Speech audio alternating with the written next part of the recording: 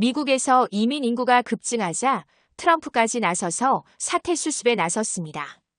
와중에 뜬금없이 이민을 한국으로 가야 한다는 사람들이 늘어나자 한국도 당황스러워하고 있다는데요. 하지만 이들은 모두 한인들이라 한국에서도 받아들여야 한다와 아니다로 의견이 갈리고 있는 상황입니다. 더욱 놀라운 점은 이미 이민을 온 한인들은 한국으로 역이민 와야 한다며 설파하고 있고 그로 인해 점점 더 역이민이 급증하는 추세에 양국은 당황하는 모습입니다. 도대체 미국에서 한인들에게 무슨 일이 벌어지고 있는 걸까요? 지금부터 자세히 알아보겠습니다. 안녕하세요. 제 이름은 한나 최입니다. 로스앤젤레스에서 태어나고 자란 한인 3세예요. 화창한 캘리포니아의 햇살 아래 자라며 미국의 문화 속에 푹 빠져 살았죠.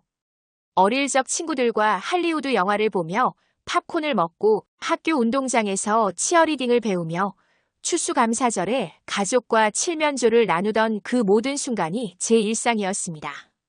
하지만 어느 순간부터 뭔가 이상한 느낌이 들기 시작했어요. 말과 행동은 완벽하게 미국적인데 거울에 비친 제 모습은 주변 친구들과 달랐죠. 학교에서 누군가 거기 아시안 이라고 부를 때마다 심장이 쿵 내려앉는 느낌이었습니다. 마치 제 존재가 온전히 외모로만 정의되는 것 같았어요. 대학 캠퍼스를 걷다가 처음 만난 사람들이 어디 출신이세요? 라고 물을 때면 항상 망설였습니다. LA요라고 대답하면 곧바로 아니, 원래 어디 출신이냐고요? 라는 질문이 따라오곤 했죠. 그 순간의 어색함이란 마치 누군가가 제게 너는 여기 사람이 아니야 라고 말하는 것 같았어요. 시간이 지날수록 그런 질문에 대답하는 것이 점점 더 힘들어졌습니다. 기억나는 한 사건이 있어요. 대학교 3학년 때였을 거예요. 문학 수업 중에 교수님이 제 에세이를 높이 평가하시면서 한나는 영어가 모국어가 아닌데도 이렇게 훌륭한 글을 썼네요 라고 말씀하셨을 때 온몸에 뜨거운 열기가 올라왔습니다. 목구멍까지 차오른 말을 억지로 삼키며 저는 여기서 태어났어요. 영어가 제 모국어입니다 라고 말했죠. 교실 전체가 순간 정적에 휩싸였어요. 그날 밤 기숙사 침대에 누워 천장을 바라보며 생각했습니다. 내가 평생 이런 오해를 받으며 살아야 하는 걸까? 거리를 걷다가 우연히 들리는 대화들도 상처가 됐어요. 저 아시안들은 왜 항상 무리지어 다니지? 영어 좀 배우고 다니지. 이런 말들이 제게 직접 한 것이 아니더라도 매번 작은 바늘로 찔리는 듯한 아픔을 느꼈습니다. 가끔은 제가 너무 예민한 건가 싶어 스스로를 의심하기도 했어요. 하지만 그런 경험들이 쌓이고 쌓이면서 점점 더 깊은 정체성의 혼란을 느끼게 됐죠. 가끔 거울을 보며 나는 누구지? 라는 질문을 던지곤 했습니다. 아메리카노와 김치찌개를 동시에 사랑하는 나 영어로 생각하지만 가끔 한국어 단어가 먼저 떠오르는 나 K-팝과 테일러, 스위프트를 플레이리스트에 나란히 담아둔 나. 이런 복합적인 정체성이 때로는 축복처럼, 때로는 저주처럼 느껴졌어요. 가장 힘든 건 소속감의 부재였습니다. 미국에서는 한국인으로 여겨지고 한국 방문 시에는 미국인으로 분류되는 그 아이러니한 상황. 마치 두 세계 사이에 걸쳐진 다리 위에 홀로 서 있는 기분이었죠. 여러분 중에도 이런 느낌을 공감하실 분들이 계실까요? 그 누구에게도 완전히 속하지 못하는 그 묘한 소외감을요. 하지만 이런 혼란 속에서도 가끔은 특별한 순간들이 있었어요. 다양한 문화를 이해할 수 있는 능력, 여러 관점에서 세상을 바라볼 수 있는 시각. 이런 것들이 제 정체성의 혼란 속에서 피어난 작은 꽃과도 같았습니다. 다만 그 꽃의 아름다움을 알아보기까지 시간이 필요했죠. 저희 가족의 미국 이민 이야기는 제 할아버지로부터 시작됩니다. 낡은 가족 앨범 속에는 어린 할아버지의 모습이 담긴 흑백 사진 한 장이 있어요. 홀트 아동복지회 로고가 선명한 작은 짐가방을 들고 불안한 표정으로 카메라를 응시하고 계시죠. 그 사진을 볼 때마다 가슴이 아려옵니다. 할아버지는 한국 전쟁 중에 부모님을 잃고 고아가 되셨어요. 전쟁의 참혹함 속에서 어린 시절을 보내다가 미국의 입양특별법을 통해 이곳으로 오셨죠. 할아버지께서 저에게 들려주신 기억은 파편적이었어요. 강에서 놀던 모습, 배고픔에 울던 밤, 그리고 낯선 비행기를 타고 떠나던 두려움. 그런 이야기를 들려주실 때면 할아버지의 목소리가 살짝 떨리곤 했습니다. 하지만 미국에 도착한 이후의 이야기는 거의 없으셨어요. 마치 그 이전의 삶을 지우고 완전히 새 인생을 시작하신 것처럼요. 할아버지는 철저히 자신을 미국인으로 여기셨습니다. 한국어를 거의 사용하지 않으셨고 한국 음식보다는 스테이크와 감자를 좋아하셨죠. 할머니와의 결혼도 미국화의 일부였을지도 모릅니다. 할머니는 독일계 미국인이셨거든요. 할아버지는 가끔 미국은 나에게 두 번째 기회를 준 나라라고 말씀하셨어요. 그 말씀 속에는 감사함과 동시에 깊은 상실감이 함께 묻어 있었습니다. 제 아버지의 경우는 달랐어요. 혼혈로 태어나 자신의 뿌리에 대한 호기심이 컸죠. 10대 시절 아버지는 종종 LA의 코리아타운을 혼자 방문하셨다고 해요. 한국 식당에서 음식을 맛보고 한인 서점에서 책을 구경하며 자신의 잃어버린 반쪽을 찾으려 했던 거죠. 대학에서는 동아시아학을 부전공으로 선택하셨고 한국어를 독학하셨습니다. 아버지의 서재에는 지금도 한국 역사책과 언어 교재가 가득해요.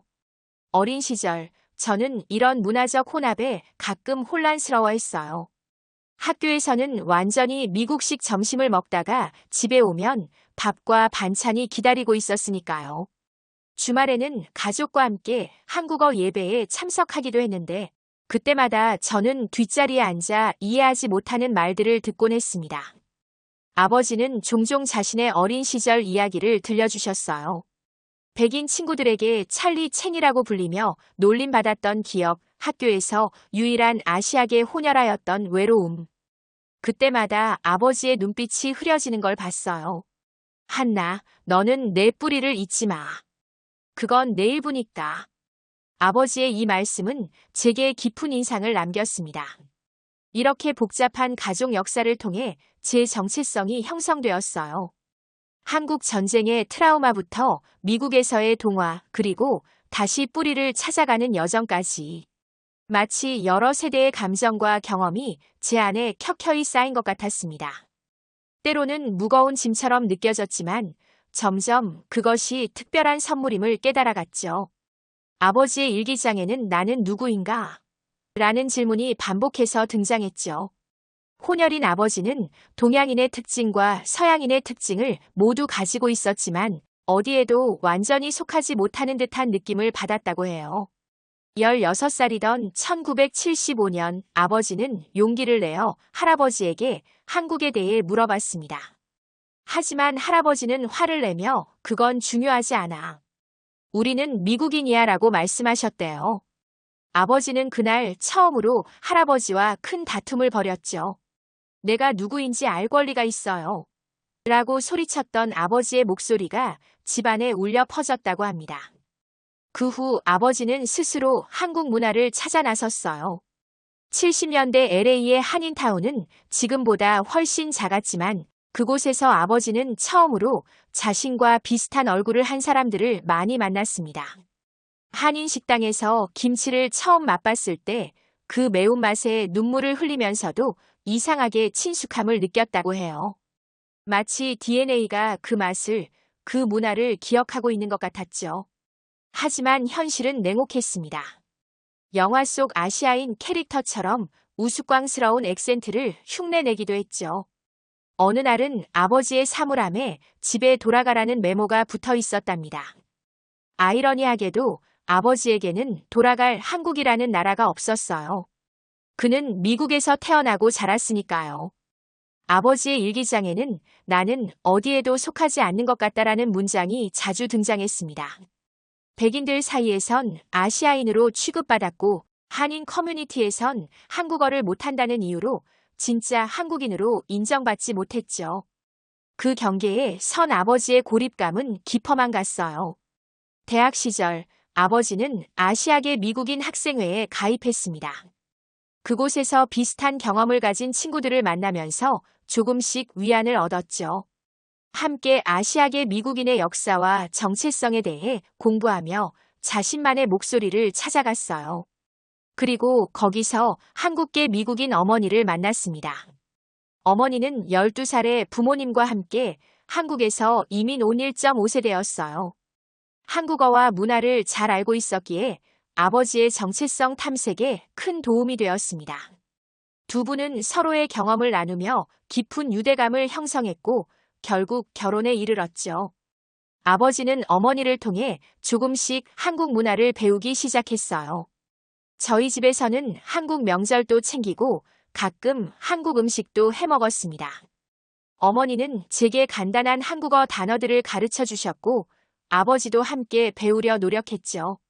하지만 아버지의 발음이 이상하다며 제가 웃을 때마다 아버지의 얼굴에는 복잡한 감정이 스쳐 지나갔어요. 그것은 자신의 딸도 자신을 진짜 한국인으로 보지 않는다는 상처였을까요? 아버지는 30대 중반에 처음으로 한국을 방문했습니다. 인천공항에 도착했을 때 사람들이 자신을 외국인으로 바라보는 시선에 다시 한번 상처를 받았대요. 겉모습은 한국인처럼 보였지만 한국어를 못하고 문화적 행동 양식이 달랐기 때문이죠. 그곳에서도 그는 여전히 이방인이었습니다. 하지만 서울의 거리를 걸으며 할아버지가 어린 시절을 보냈을 이 나라의 냄새와 소리를 경험하면서 아버지는 묘한 친밀감을 느꼈다고 해요. 특히 남산에 올라 서울 전경을 바라봤을 때 갑자기 눈물이 쏟아졌다고 합니다. 그것은 슬픔도 기쁨도 아닌 오랫동안 잃어버린 무언가를 찾은 듯한 감정이었다고 해요. 그 여행 이후 아버지는 더 열심히 한국어를 배우기 시작했고 한국 역사와 문화에 대한 책을 읽었습니다. 할아버지가 돌아가신 후에는 그분의 입양 기록을 찾아보기도 했죠.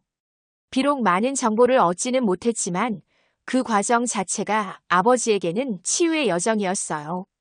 저도 비슷한 경험을 했습니다. UC 버클리 경제학과에 입학했을 때 교수님 한 분이 첫 수업에서 저를 보며 국제학생인가요? 라고 물으셨어요. 그 질문에 교실 전체가 저를 쳐다봤죠. 갑자기 100명이 넘는 학생들의 시선이 저에게 집중되는 순간 목이 마르고 얼굴이 화끈거렸지만 침착하게 아니요. 캘리포니아 출신입니다. 라고 대답했습니다. 그 후에도 비슷한 상황은 계속되었어요. 학과 스터디 그룹에서는 사람들이 제 의견을 무시하거나 제가 말할 때 쉽게 끊어버리는 경우가 많았습니다. 한 번은 제가 제안한 아이디어를 팀원들이 별 반응 없이 넘어갔다가 백인 남학생이 똑같은 내용을 말했을 때 모두가 훌륭한 아이디어라며 칭찬했죠. 그때 느낀 분노와 좌절감은 말로 표현하기 어려웠어요. 기숙사에서는 룸메이트가 제게 너희 나라에서는 이런 것도 없어? 라는 질문을 자주 했습니다. 매번 내 나라는 미국이야 라고 대답했지만 그녀는 이해하지 못했어요. 어느 날 친구들과 함께 기숙사 방에 있을 때 룸메이트가 갑자기 제 화장품을 가리키며 이건 한국에서 가져온 거야? 라고 물었죠. 모두가 웃음을 터뜨렸을 때 저는 그저 웃는 척할 수밖에 없었습니다. 속으로는 울고 싶었지만요. 강의실에서도 교수님들은 아시아 관련 주제가 나올 때면 자연스럽게 저를 쳐다보았어요. 마치 제가 14억 중국인이나 5천만 한국인, 1억 일본인을 대표하는 사람인 것처럼 말이죠. 한 번은 동아시아 경제에 관한 수업에서 교수님이 갑자기 최 씨, 한국의 재벌 시스템에 대해 어떻게 생각하세요? 라고 물으셨습니다. 저는 한국에 대해 대부분의 미국인만큼만 알고 있었기에 당황스러웠죠. 죄송합니다. 저는 한국에서 자란 적이 없어요 라고 대답했을 때 교수님의 실망한 표정이 아직도 기억에 남아 있습니다. 코로나19가 시작되던 시기엔 상황이 더 악화됐어요. 마스크를 쓰고 캠퍼스를 걷던 중 누군가 중국 바이러스 퍼뜨리지 마 라고 소리쳤습니다. 저를 향한 것인지 확실하지 않았지만 그 말을 들은 순간 온몸에 식은땀이 흘렀어요. 빠른 걸음으로 도서관으로 피신했지만 그곳에서조차 사람들이 저를 경계하는 눈빛으로 바라보는 것 같았습니다. 그날 저녁 도서관에서 공부하다 화장실에 갔는데 거울에 비친 제 얼굴을 보며 처음으로 미국에서 살고 싶지 않다는 생각이 들었죠. 평생 이 나라의 시민으로 살아왔지만 제 외모는 저를 영원한 이방인으로 규정짓는 것 같았어요. 거울 속 제 얼굴이 갑자기 낯설게 느껴졌습니다. 그것은 제 정체성의 위기였어요. 아시아계 미국인 학생회에 가입한 것은 그 무렵이었습니다. 그곳에서 처음으로 제 경험을 공유할 수 있는 안전한 공간을 찾았어요. 다양한 아시아계 배경을 가진 학생들이 모여 각자의 이야기를 나누었죠. 중국계, 일본계, 필리핀계, 베트남계. 우리는 서로 다른 문화적 배경을 가졌지만 미국 사회에서 겪는 차별과 소외감은 비슷했습니다. 한 모임에서 한국계 미국인 선배를 만났어요. 그녀는 저보다 10년 먼저 같은 학교를 졸업했는데 제 고민을 들은 후 20년이 지나도 상황은 크게 변하지 않았네요 라는 말을 했습니다. 그 말이 저를 더 절망스럽게 했어요. 미국 사회에서 아시아계 미국인의 위치는 세대가 바뀌어도 크게 변하지 않는 걸까요? 캠퍼스 내 아시아계 증오범죄가 증가하면서 저는 밤에 혼자 돌아다니는 것을 피하게 되었어요. 친구들과 함께 다니거나 캠퍼스 안전 서비스를 이용했죠. 하지만 그런 신체적 안전 조치보다 더 고통스러운 것은 정신적 불안감이었습니다. 언제 어디서 누군가 저를 향해 인종차별적 발언을 할지 모른다는 두려움, 그리고 그때 제가 적절히 대응할 수 있을지에 대한 불확실성이 저를 괴롭혔어요. 학교 상담센터를 찾아갔을 때 상담사는 저의 경험에 공감해 주려 했지만 완전히 이해하지는 못했습니다. 그들의 말은 신경 쓰지 마세요라는 조언은 현실적이지 않았어요. 매일같이 겪는 미세한 차별들은 마치 보이지 않는 천천히 쌓이는 모래알 같았음이 지 않는 걸까요? 이런 질문들이 머릿속에서 맴돌았지만 명확한 답은 찾지 못했어요. 작년 가을 LA 외곽의 우리 집 근처에서 대형 산불이 발생했어요. 평화롭던 일상이 하루아침에 지옥으로 변했습니다. 아침에 일어났을 때 하늘은 마치 화성의 풍경처럼 붉게 물들어 있었죠. 오렌지색 하늘 아래 검은 연기가 피어오르는 모습은 마치 세상의 종말 같았어요. 처음에는 산불이 우리 집까지 오지 않을 거라고 생각했습니다. 하지만 바람 방향이 바뀌면서 상황은 급격히 악화되었어요. 오후가 되자 소방관들이 대피 명령을 내렸죠. 준비할 시간은 30분뿐이었습니다. 가족 사진첩, 중요한 서류, 몇 벌의 옷만 황급히 챙겨 차에 실었어요. 고속도로는 대피하는 차들로 가득했어요. 연기가 자욱한 하늘 아래 사람들의 얼굴에는 공포와 절망이 가득했습니다. 저희 가족도 마찬가지였죠. 20년 넘게 살아온 집을 뒤로하고 떠나는 그 순간 이상하게도 제 마음속에는 이제 정말 집이 없어졌다는 생각이 들었어요. 미국에서 태어나고 자랐지만 완전히 받아들여지지 않았던 이 나라에서 이제 물리적인 집마저 잃게 된 것 같았습니다. 친척 집에 임시로 머물며 뉴스를 통해 상황을 지켜봤어요. 불과 몇 시간 만에 우리 동네는 잿더미로 변했죠. CCTV 영상으로 확인했을 때 우리 집은 이미 전소된 상태였습니다.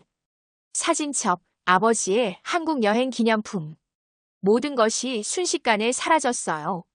마치 우리 가족의 역사와 기억이 함께 타버린 것 같았습니다. 재난지원금을 받아 임시 아파트에 머물게 되었어요. 모든 것을 새로 시작해야 했죠. 새 옷, 새 가구, 새 생활. 하지만 물질적인 것보다 더 힘든 것은 심리적 상실감이었습니다. 우리 가족의 뿌리가 담긴 집이 사라진 후 마치 정체성의 일부도 함께 잃어버린 것 같았어요. 그런 상황에서 어느 날 저녁 부모님이 진지한 표정으로 대화를 시작하셨습니다. 식탁에 앉아 커피를 마시며 아버지가 말씀하셨어요. 한나야, 우리 한국으로 가는 것을 생각해보자. 처음엔 농담인 줄 알았죠. 하지만 부모님의 눈빛은 진지했습니다. 미국에서의 삶이 너무 불안정해. 기후 위기로 인한 자연재해는 계속 심해질 거고 아시아인 혐오도 줄어들 기미가 보이지 않아. 어머니의 말씀이었어요. 우리가 평생 외국인처럼 살아온 이 나라에 계속 머물러야 할 이유가 있을까? 아버지는 더 구체적인 이야기를 꺼내셨습니다. 내 회사 동료 중 한국으로 돌아간 사람들이 있는데 생활이 꽤 괜찮다고 해. 서울은 안전하고 대중교통도 발달했대. 무엇보다 거기서는 적어도 외모 때문에 어디서 왔냐는 질문을 듣지 않을 거야. 이야기를 들으며 처음으로 한국으로 이주한다는 생각을 진지하게 해봤어요. 저에게 한국은 그저 부모님이 가끔 이야기하는 먼 나라였습니다. 교과서에서 배우는 역사와 문화를 가진 곳이었죠. 하지만 그날 밤 그곳이 우리 가족의 새로운 보금자리가 될 수도 있다는 생각이 들었어요. 산불은 단순한 재난이 아니라 우리 가족의 인생을 완전히 바꿀 전환점이 된 것 같습니다. 어쩌면 그것은 필연이었을까요? 평생 정체성의 혼란 속에서 살아온 우리 가족에게 이 재난은 새로운 시작을 위한 계기가 되었는지도 모르겠어요. 그날 밤 창문 밖을 바라보며 차마 입에 담지 못했던 질문을 스스로에게 던져봤습니다. 나는 정말 미국인일까? 그리고 만약 한국으로 간다면 그곳에서는 진짜 한국인이 될 수 있을까? 답을 찾기는 어려웠지만 적어도 질문을 던질 용기가 생겼다는 것은 작은 진전이었어요. 다음 날 아침 저는 처음으로 인터넷에서 한국에 관한 정보를 찾아보기 시작했습니다. 서울의 거리 사진, 한국 문화와 생활 방식에 대한 블로그들.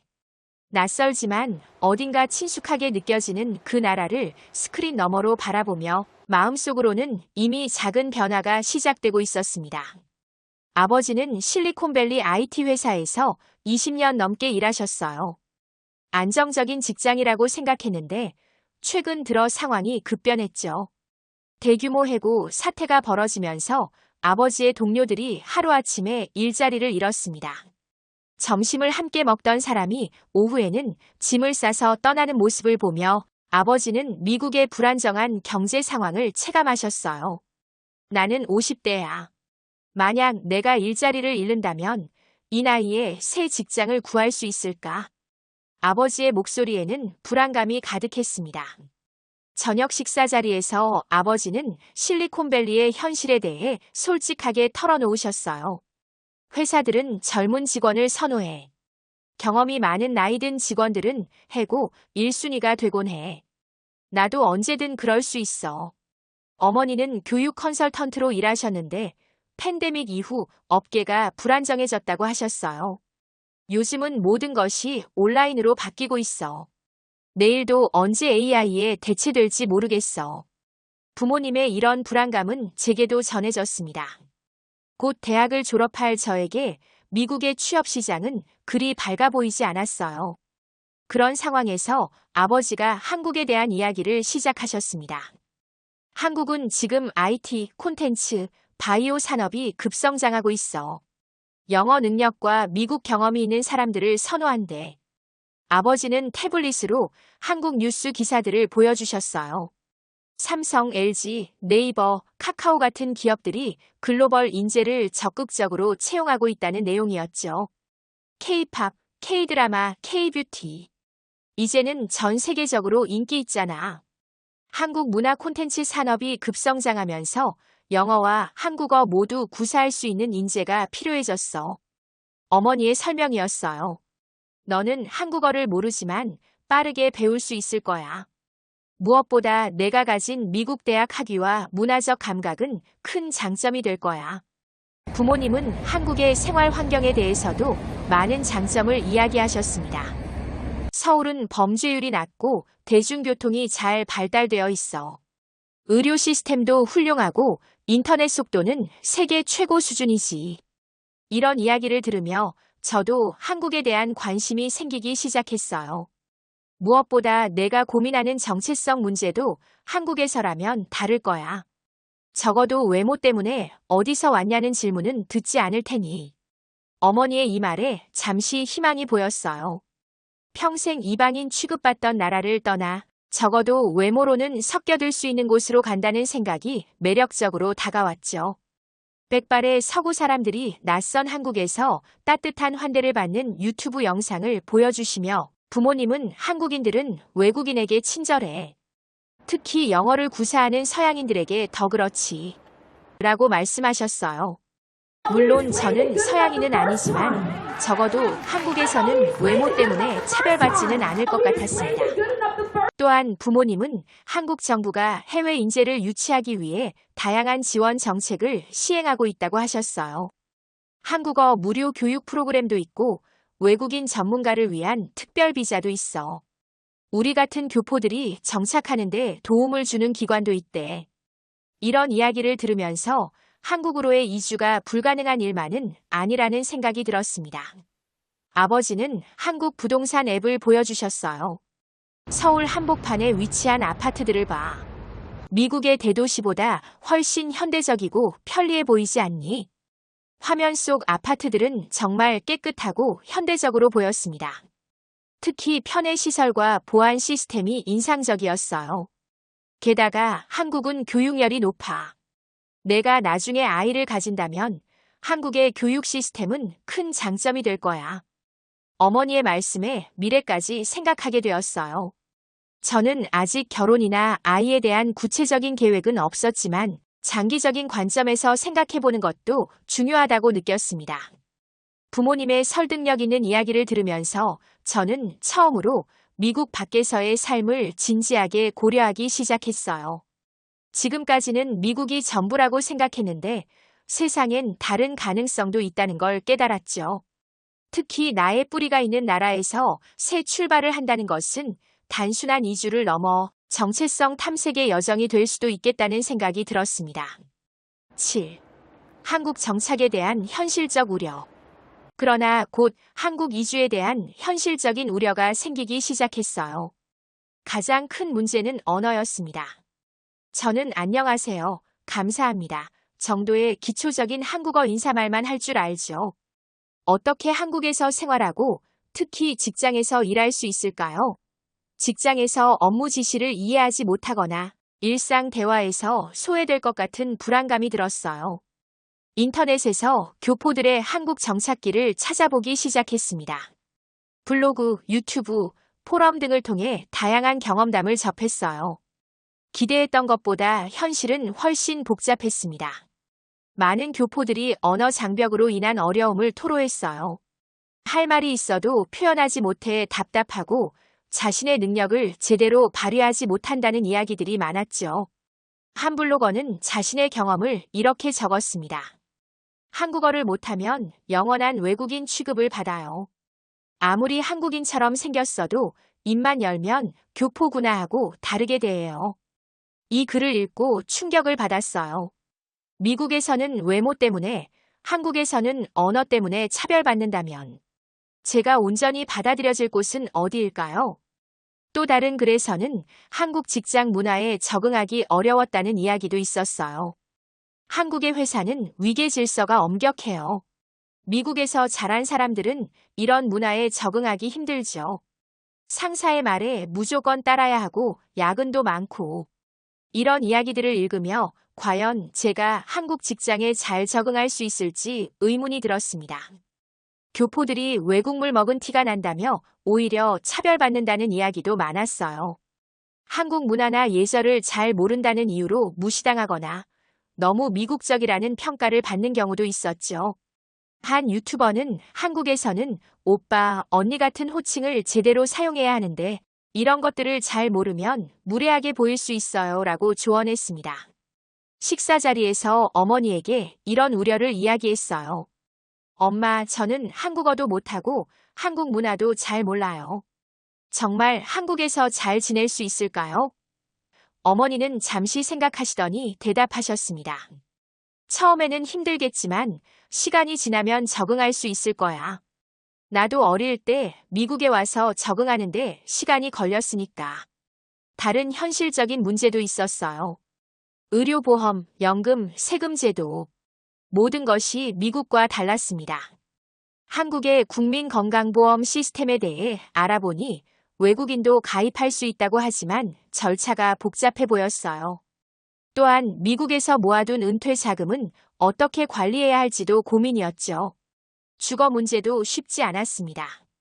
한국의 전세 제도는 미국의 렌트 시스템과 완전히 달랐어요. 큰 보증금을 내야 하는데 그만한 현금을 어디서 마련할 수 있을지 막막했습니다. 부모님은 미국 집을 팔아 자금을 마련할 계획이라고 하셨지만 불에 탄 집의 보험금으로는 충분하지 않을 것 같았어요. 친구 관계도 걱정되었습니다.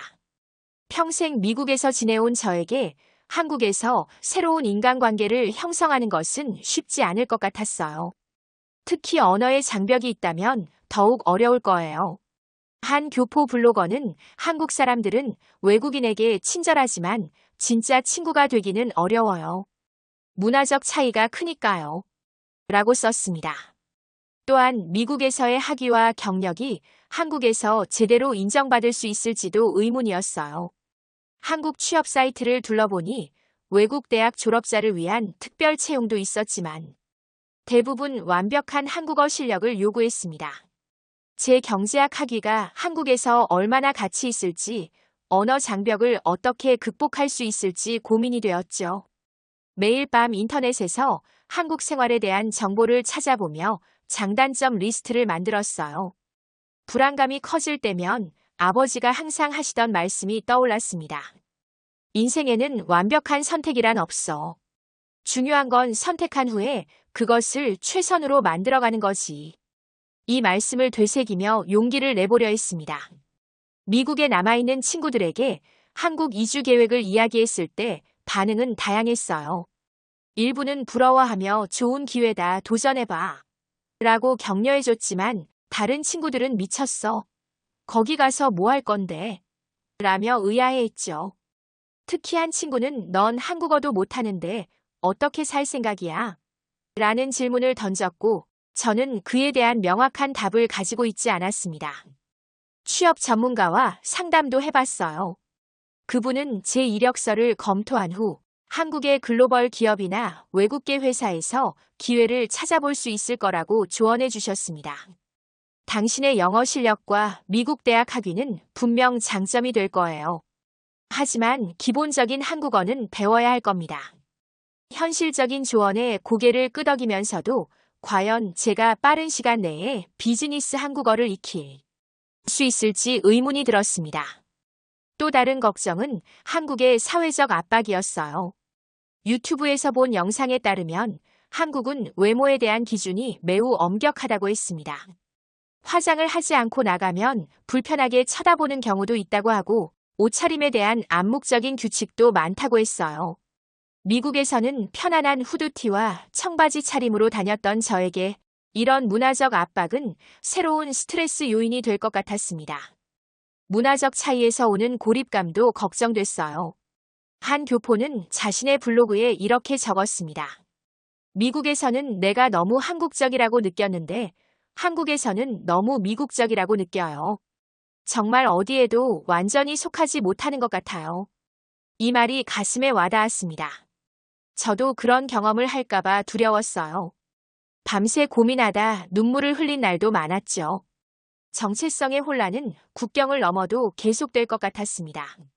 그럼에도 불구하고 한국으로 가는 것이 완전히 틀린 선택은 아닐 것 같다는 생각도 들었어요.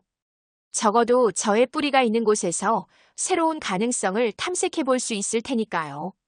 오늘 아침 부모님은 최종 결정을 내리셨어요. 다음 달에 한국행 비행기 표를 예약하셨다고 했습니다. 아침 식사 테이블에서 아버지가 노트북을 열어 보여주신 항공권 예약 확인 이메일을 보는 순간 현실감이 확 밀려왔어요. 정말로 일어나는 일이구나.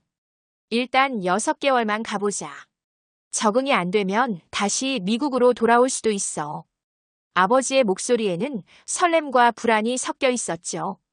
어머니는 이미 서울 강남 근처의 임대 아파트를 알아보고 계셨어요. 처음에는 외국인들이 많은 지역에서 시작하는 게 좋을 것 같아.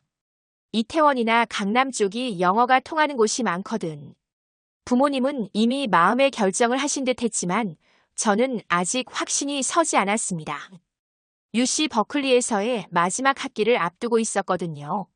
학업을 마치고 졸업할지 아니면 학업을 중단하고 가족과 함께 한국으로 갈지 고민 중이었어요. 교수님들과 상담한 결과 원격으로 몇 과목을 수강하면서 학위를 마무리할 수 있다는 가능성도 있었습니다. 침대에 누워 천장을 바라보며 끝없는 질문들이 머릿속을 맴돌았어요.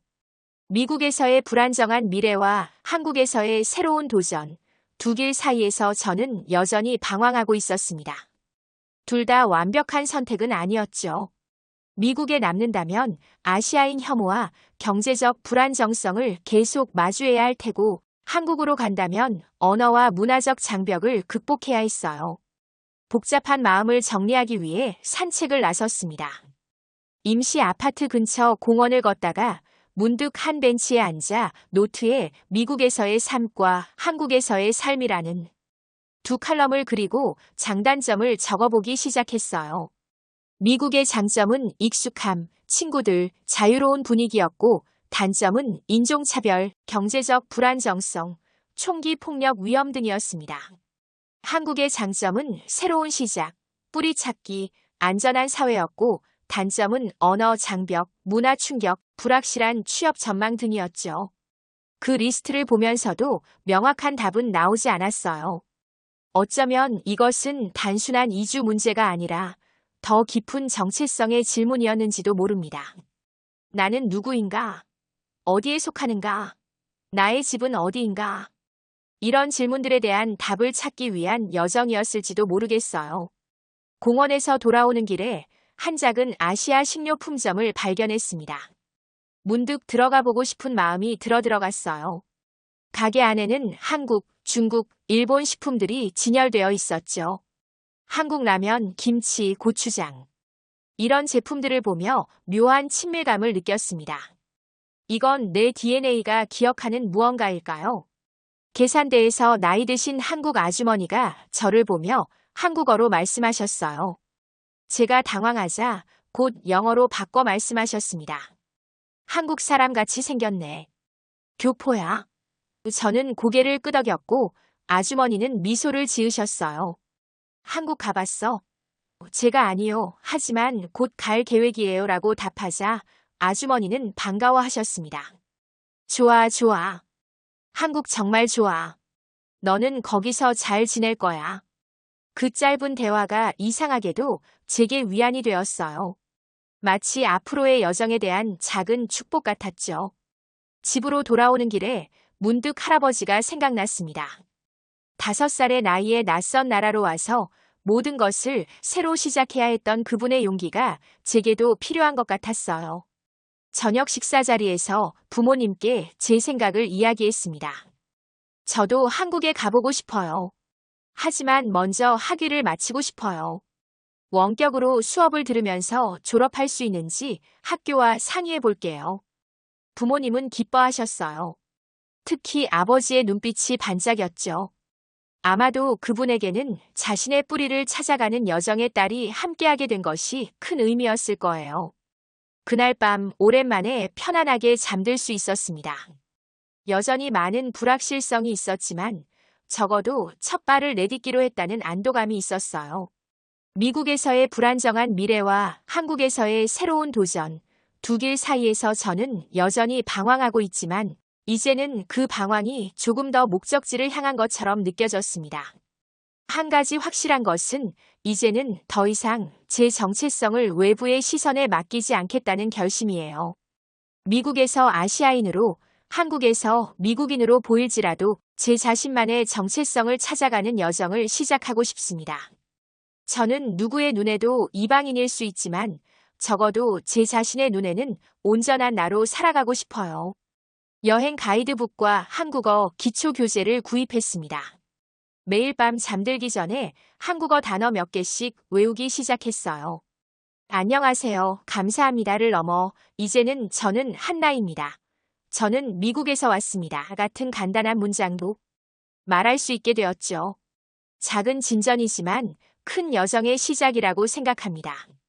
서울의 지도를 벽에 붙여놓고 매일 조금씩 익숙해지려고 노력하고 있어요. 강남, 명동, 이태원. 이름만 들어본 이 장소들이 곧 제 일상의 일부가 될 거라고 생각하니 신기했습니다.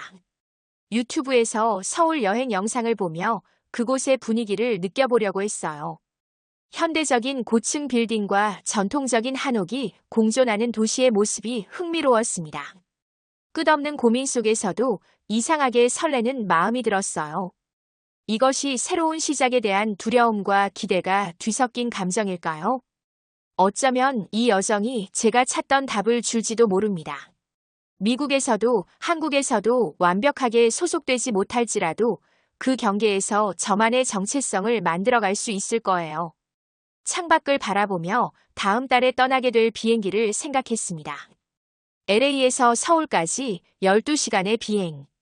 그것은 단순한 물리적 이동이 아니라 저의 정체성을 향한 여행이 될 것 같았어요. 할아버지가 반대 방향으로 했던 그 여행을 이제 저는 다시 되돌아가는 셈이네요. 인생이란 참 신기한 것 같습니다. 침대 옆 테이블 위에는 아버지가 주신 할아버지의 옛 사진이 놓여 있었어요. 5살의 어린 소년이 낯선 땅에 첫 발을 내딛는 모습. 그 작은 가방 하나에 모든 것을 담아 새 삶을 시작했던 할아버지의 용기를 생각하면 제 앞의 도전은 그리 큰 것이 아닌 것 같았습니다. 그분의 피가 저에게도 흐르고 있으니까요. 내일은 대학 상담사와 만나서 원격 수업 가능성에 대해 상의할 예정입니다. 그리고 주말에는 부모님과 함께 한국 영화를 보기로 했어요. 작은 걸음이지만 이렇게 하나씩 준비해 나가다 보면 언젠가는 두려움보다 기대가 더 커질 날이 오겠죠. 저는 그날을 기다리며 오늘도 한국어 단어 몇 개를 더 외워봅니다. 안녕, 한국. 곧 만나요. 미국에서 평생을 살았지만 미국인도 아니고 한국인도 아닌 한나 최의 사연을 들어보셨습니다. 한나 최는 대학을 졸업하고 미국에서 자리 잡을지 한국에서 자리 잡을지 이번 기회를 통해 결정한다고도 말씀해 주셨죠. 한나 최에게 한국이 푸근한 엄마 품 같았으면 좋겠습니다. 여러분이 한나 최라면 어떤 결정을 내리셨을지 댓글로 알려주세요. 오늘도 해피한 하루 보내세요. 해피코리아였습니다. 감사합니다.